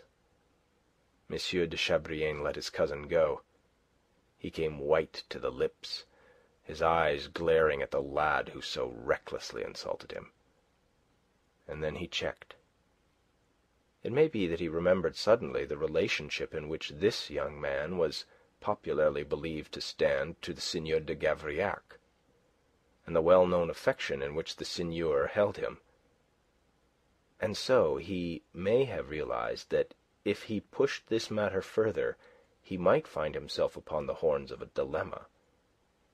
He would be confronted with the alternatives of shedding more blood, and so embroiling himself with the Lord of Gavrillac at a time when that gentleman's friendship was of the first importance to him, or else of withdrawing with such hurt to his dignity as must impair his authority in the countryside hereafter. Be it so, or otherwise, the fact remains that he stopped short. Then, with an incoherent ejaculation between anger and contempt, he tossed his arms, turned on his heel, and strode off quickly with his cousin. When the landlord and his people came, they found Andre Louis, his arms about the body of his dead friend, murmuring passionately into the deaf ear that rested almost against his lips. "Philippe! Speak to me, Philippe! Don't you hear me? Oh, God of heaven! Philippe!" At a glance they saw that here neither priest nor doctor could avail. The cheek that lay against Andre Louis' was leaden-hued, the half-open eyes were glazed, and there was a little froth of blood upon the vacuously parted lips. Half blinded by tears, Andre Louis stumbled after them when they bore the body into the inn. Upstairs in the little room to which they conveyed it, he knelt by the bed, and holding the dead man's hand in both his own, he swore to him, out of his impotent rage, that M. de La Tour d'Azyr should pay a bitter price for this. It was your eloquence he feared, Philippe, he said. Then if I can get no justice for this deed, at least it shall be fruitless to him. The thing he feared in you he shall fear in me. He feared that men might be swayed by your eloquence to the undoing of such things as himself. Men shall be swayed by it still, for your eloquence and your arguments shall be my heritage from you. I will make them my own. It matters nothing that I do not believe in your gospel of freedom. I know it, every word of it. That is all that matters to our purpose, yours and mine. If all else fails, your thoughts shall find expression in my living tongue. Thus at least we shall have frustrated his vile aim to still the voice he feared. It shall profit him nothing to have your blood upon his soul. That voice in you would never half so relentlessly have hounded him and his as it shall in me, if all else fails. It was an exulting thought. It calmed him. It soothed his grief. And he began, very softly, to pray. And then his heart trembled as he considered that Philippe, a man of peace, almost a priest, an apostle of Christianity, had gone to his Maker with the sin of anger on his soul. It was horrible. Yet God would see the righteousness of that anger, and in no case, be man's interpretation of divinity what it might, could that one sin outweigh the loving good that Philippe had ever practised, the noble purity of his great heart. God, after all, reflected Andre Louis, was not a grand seigneur. End of chapter 4. Scaramouche, a Romance of the French Revolution, by Raphael Sabatini, Book 1, Chapter 5, The Lord of Gavrillac. For the second time that day, Andre Louis set out for the chateau, walking briskly, and heeding not at all the curious eyes that followed him through the village, and the whisperings that marked his passage through the people, all agog by now with that day's event in which he had been an actor. He was ushered by Benoit, the elderly body-servant, rather grandiloquently called the Seneschal, into the ground-floor room known traditionally as the library. It still contained several shelves of neglected volumes, from which it derived its title, but implements of the chase, fowling pieces, powder horns, hunting bags, sheath knives, obtruded far more prominently than those of study. The furniture was massive, of oak richly carved, and belonging to another age. Great massive oak beams crossed the rather lofty whitewashed ceiling. Here the squat Seigneur de Gavrillac was restlessly pacing when Andre Louis was introduced. He was already informed, as he announced at once, of what had taken place at the Breton Arme. M. de Chabrillane had just left him, and he confessed himself deeply grieved and deeply perplexed.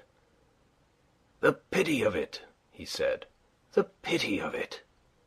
He bowed his enormous head. "So estimable a young man, and so full of promise. Ah, this La Tour d'Azyr is a hard man, and he feels very strongly in these matters. He may be right, I don't know. I have never killed a man for holding different views from mine. In fact, I have never killed a man at all. It isn't in my nature. I shouldn't sleep of nights if I did. But men are differently made." "The question, monsieur my godfather," said Andre Louis, "is what is to be done?" He was quite calm and self-possessed, but very white. M. de Kercadiou stared at him blankly out of his pale eyes. "Why, what the devil is there to do? From what I am told, Vilmorin went so far as to strike M. le Marquis." "Under the grossest provocation." "Which he himself provoked by his revolutionary language. The poor lad's head was full of this encyclopedist trash.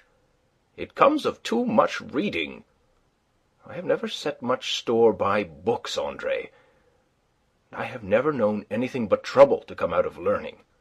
It unsettles a man. It complicates his views of life, destroys the simplicity which makes for peace of mind and happiness. Let this miserable affair be a warning to you, Andre. You are yourself too prone to these new-fashioned speculations upon a different constitution of the social order. You see what comes of it. A fine, estimable young man, the only prop of his widowed mother, too, forgets himself, his position, his duty to that mother, everything, and goes and gets himself killed like this. It is infernally sad. On my soul, it is sad." He produced a handkerchief and blew his nose with vehemence. Andre Louis felt a tightening of his heart, a lessening of the hopes, never too sanguine, which he had founded upon his godfather. "Your criticisms," he said, "are all for the conduct of the dead, and none for that of the murderer. It does not seem possible that you should be in sympathy with such a crime." "Crime?" shrilled M. de Kercadiou. "My God, boy, you are speaking of M. de La Tour d'Azyr." "I am, and of the abominable murder he has committed." "Stop!" M. de Kercadiou was very emphatic. "I cannot permit that you apply such terms to him. I cannot permit it. M. le Marquis is my friend, and is likely very soon to stand in a still closer relationship." "Notwithstanding this?" asked Andre Louis. M. de Kercadiou was frankly impatient. "Why, what has this to do with it? I may deplore it, but I have no right to condemn it. It is a common way of adjusting differences between gentlemen." "You really believe that?" "What the devil do you imply, Andre? Should I say a thing that I don't believe? You begin to make me angry."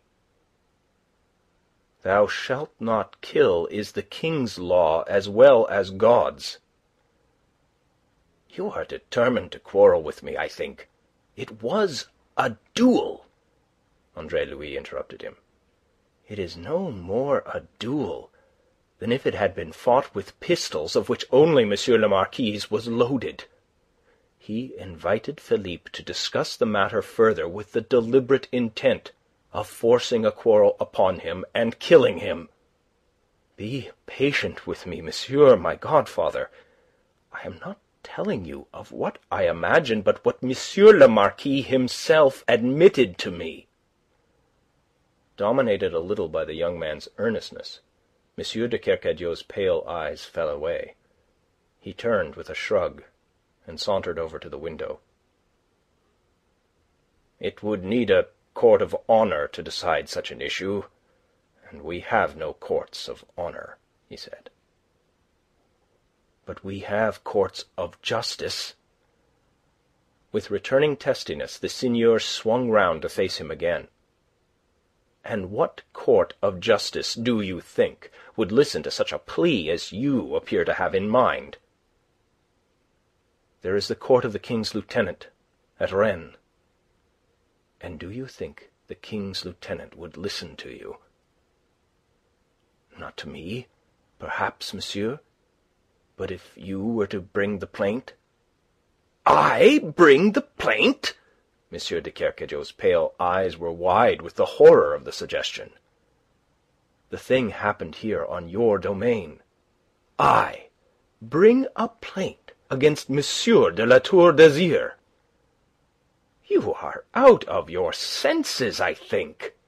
Oh, you are mad! As mad as that poor friend of yours who has come to this end through meddling in what did not concern him.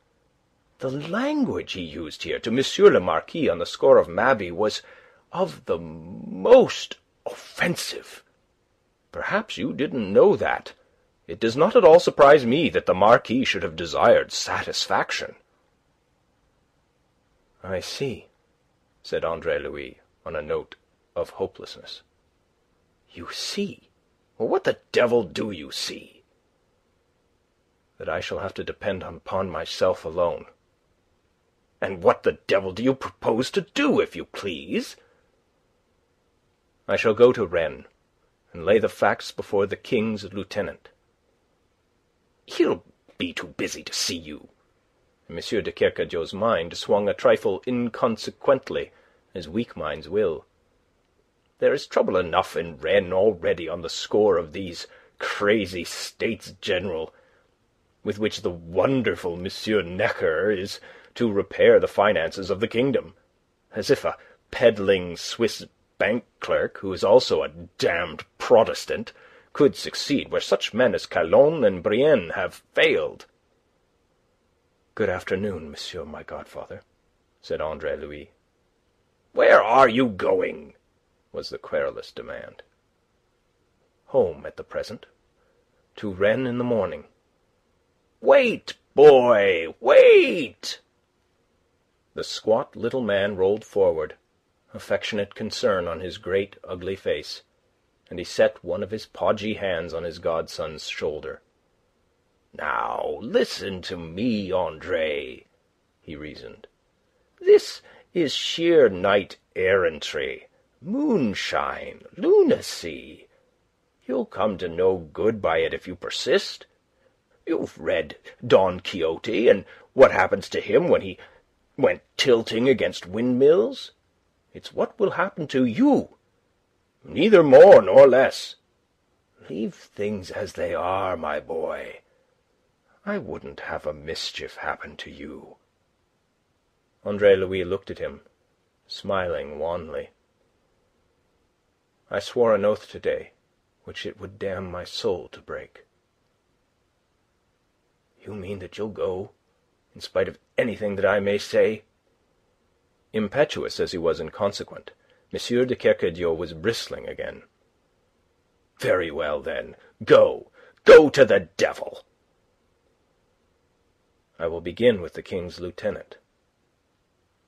"And if you get into the trouble you are seeking, don't come whimpering to me for assistance," the seigneur stormed. He was very angry now. "Since you choose to disobey me, you can break your empty head against the windmill, and be damned to you." Andre Louis bowed with a touch of irony and reached the door. "If the windmill should prove too formidable," said he, from the threshold, "I may see what can be done with the wind. Good-bye, monsieur my godfather."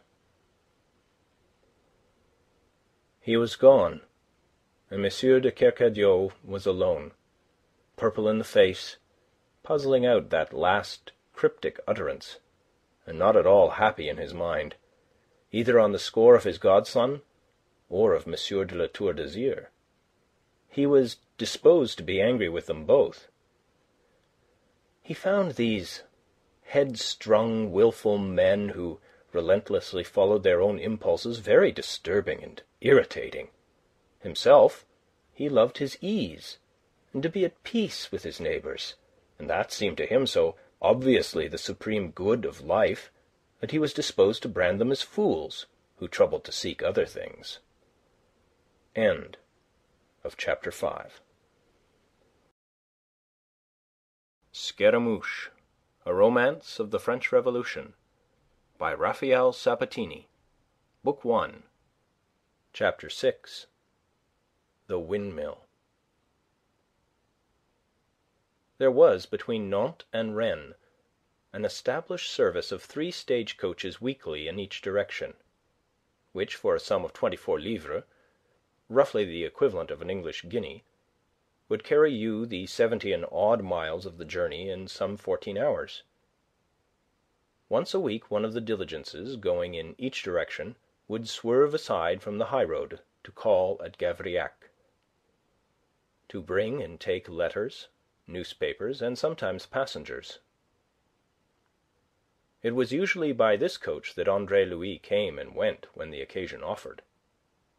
At present, however, he was too much in haste to lose a day awaiting the passing of that diligence.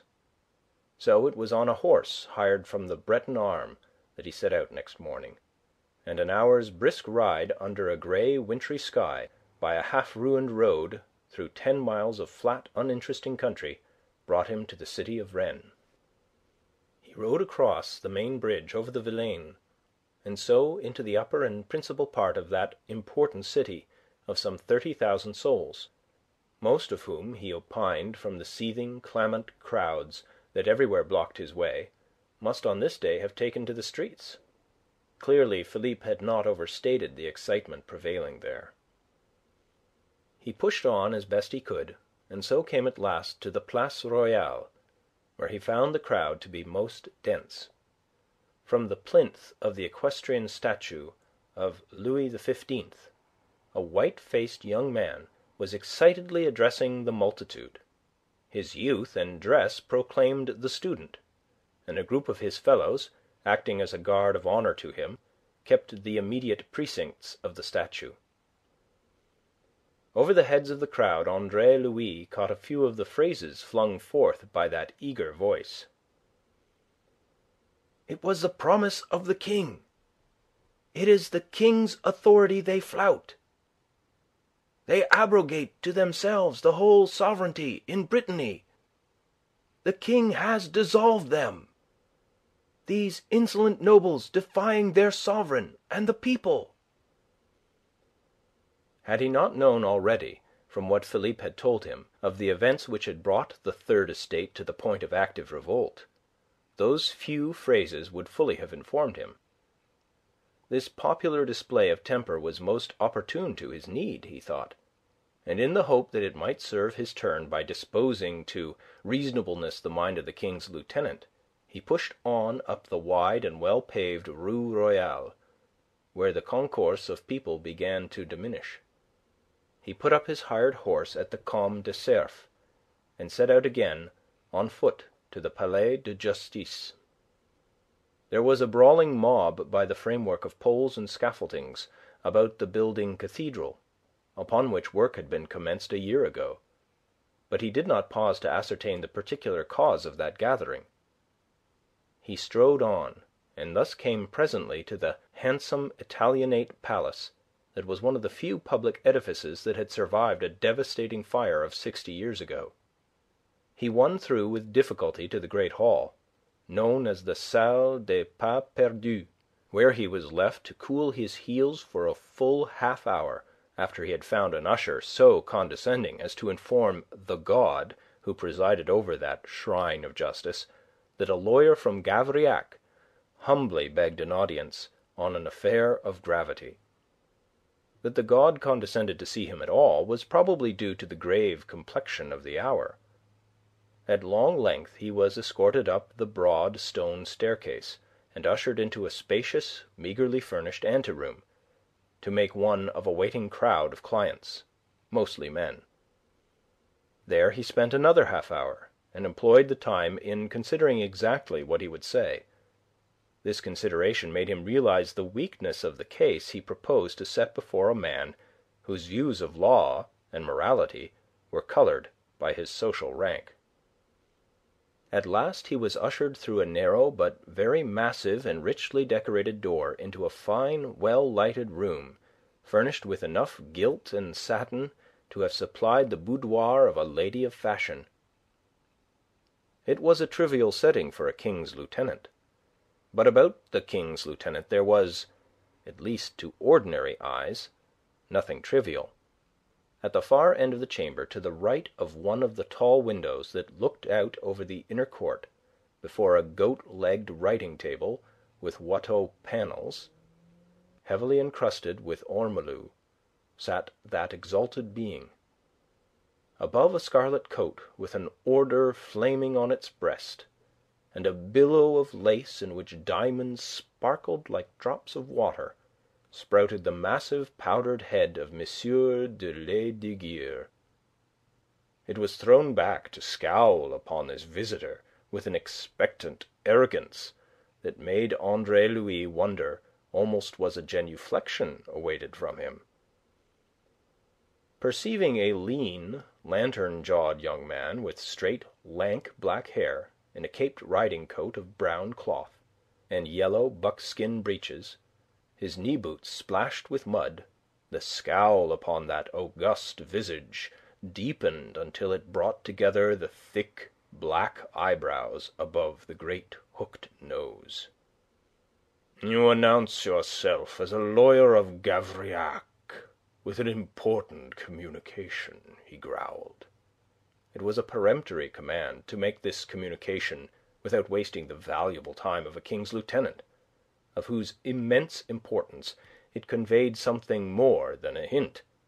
M. de Lesdiguieres accounted himself an imposing personality, and he had every reason to do so, for in his time he had seen many a poor devil scared out of all his senses by the thunder of his voice. He waited now to see the same thing happen to this youthful lawyer from Gavrillac. But he waited in vain. Andre Louis found him ridiculous. He knew pretentiousness for the mask of worthlessness and weakness. And here he beheld pretentiousness incarnate. It was to be read in that arrogant poise of the head, that scowling brow, that inflection of that reverberating voice. Even more difficult than it is for a man to be a hero to his valet, who has witnessed the dispersal of the parts that make up the imposing whole, is it for a man to be a hero to the student of man, who has witnessed the same in a different sense. Andre Louis stood forward boldly, impudently, thought M. de Lesdiguieres. "You are His Majesty's lieutenant here in Brittany," he said, and it almost seemed to the august lord of life and death that this fellow had the incredible effrontery to address him as one man speaking to another. "You are the dispenser of the King's high justice in this province." Surprise spread on that handsome, sallow face under the heavily powdered wig. "Is your business concerned with this infernal insubordination of the canaille?" he asked. "It is not, monsieur." The black eyebrows rose. "Then what the devil do you mean by intruding upon me at a time when all my attention is being claimed by the obvious urgency of this disgraceful affair?" "The affair that brings me is no less disgraceful and no less urgent." "It will have to wait," thundered the great man in a passion, and tossing back a cloud of lace from his hand, he reached for the little silver bell upon his table. "A moment, monsieur." Andre Louis' tone was peremptory. M. de Lesdiguieres checked in sheer amazement at its impudence. "I can state it very briefly." "Haven't I said already?"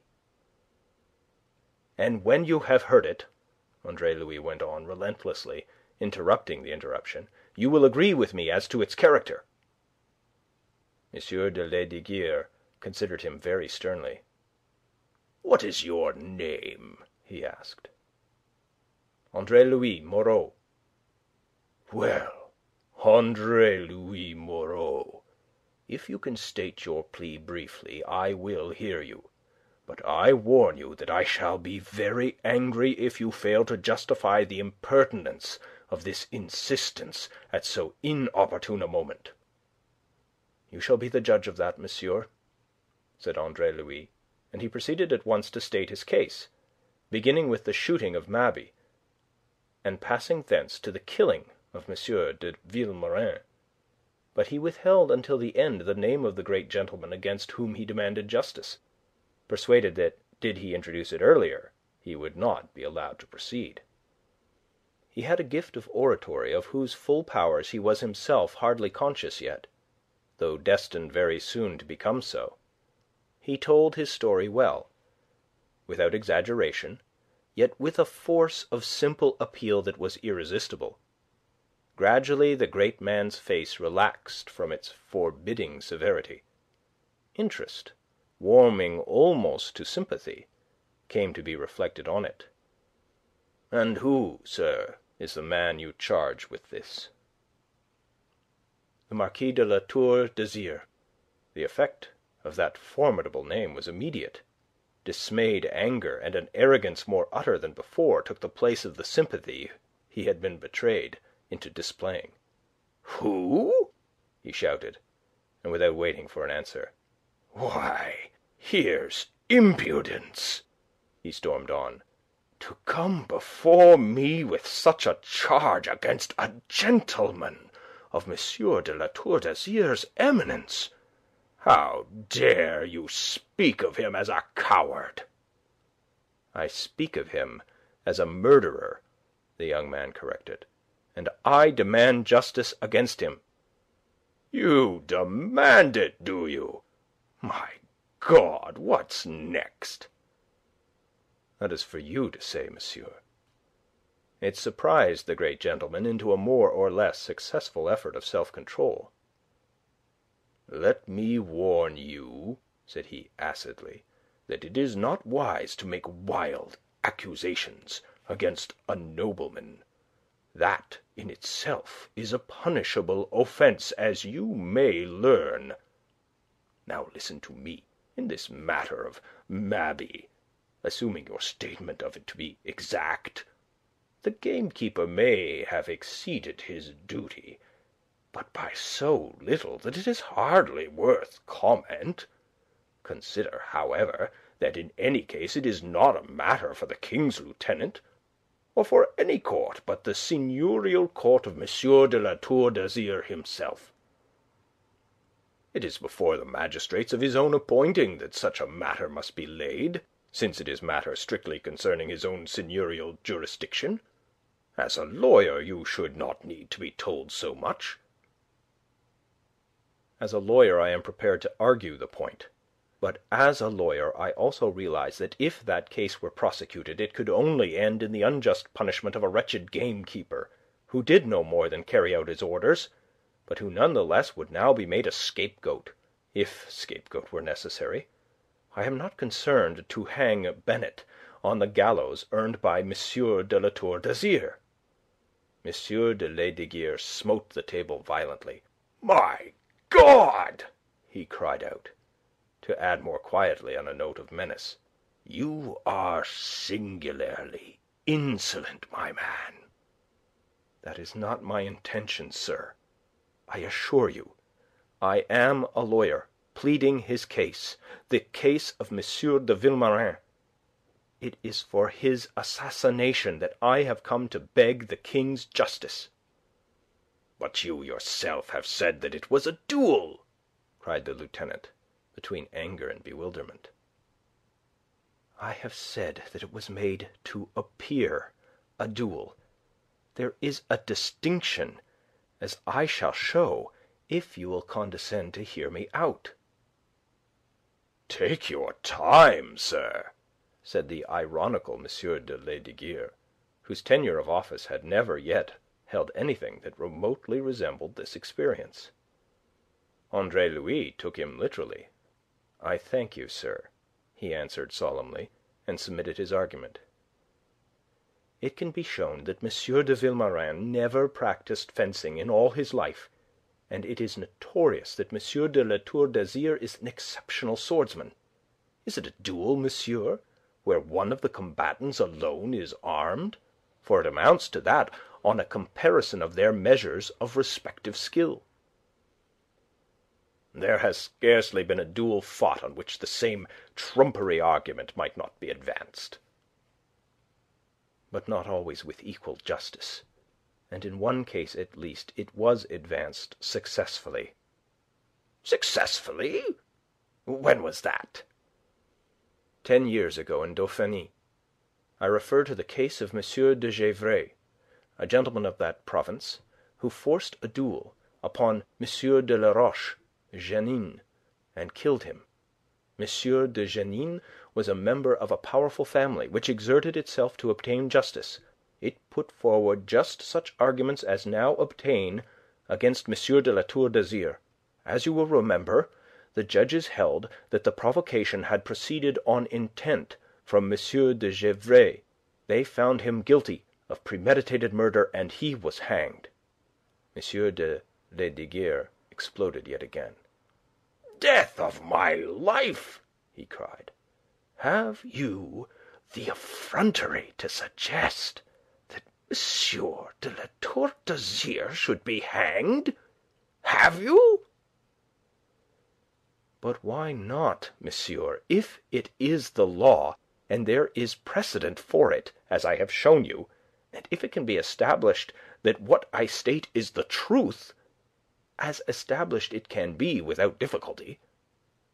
"Do you ask me why not? Have you temerity to ask me that?" "I have, monsieur. Can you answer me?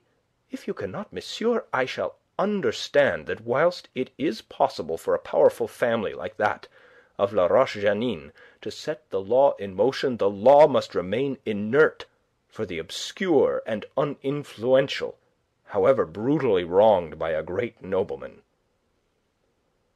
M. de Lesdiguieres perceived that in argument he would accomplish nothing against this impassive, resolute young man. The menace of him grew more fierce. "I should advise you to take yourself off at once, and to be thankful for the opportunity to depart unscathed." "I am then to understand, monsieur, that there will be no inquiry into this case? That nothing that I can say will move you?" "You are to understand that if you are still there in 2 minutes, it will be very much the worse for you." And M. de Lesdiguieres tinkled the silver handbell upon his table. "I have informed you, monsieur, that a duel, so-called, has been fought and a man killed. It seems that I must remind you, the administrator of the King's justice, that duels are against the law, and that it is your duty to hold an inquiry. I come as the legal representative of the bereaved mother of M. de Vilmorin to demand of you the inquiry that is due." The door behind Andre Louis opened softly. M. de Lesdiguieres, pale with anger, contained himself with difficulty. "You seek to compel us, do you? You impudent rascal!" he growled. "You think that the King's justice is to be driven headlong by the voice of any impudent roturier? I marvel at my own patience with you. But I give you a last warning, master lawyer. Keep a closer guard over that insolent tongue of yours, or you will have cause very bitterly to regret its glibness." He waved a jewelled, contemptuous hand, and spoke to the usher standing behind Andre. "To the door," he said shortly. Andre Louis hesitated a second. Then with a shrug he turned. This was the windmill, indeed, and he, a poor knight of rueful countenance, to attack it at close quarters would mean being dashed to pieces. Yet on the threshold he turned again. "M. de Lesdiguieres," said he, "may I recite to you an interesting fact in natural history? The tiger is a great lord in the jungle, and was for centuries the terror of lesser beasts, including the wolf. The wolf, himself a hunter, wearied of being hunted. He took to associating with other wolves, and then the wolves, driven to form packs for self-protection, discovered the prowler of the pack, and took to hunting the tiger, with disastrous results to him. You should study Buffon, M. de Lesdiguieres." "I have studied a buffoon this morning, I think," was the punning sneer with which M. de Lesdiguieres replied. But that he conceived himself witty, it is probable he would not have condescended to reply at all. "I don't understand you," he added. "But you will, M. de Lesdiguieres. You will," said Andre Louis, and so departed. End of chapter 6.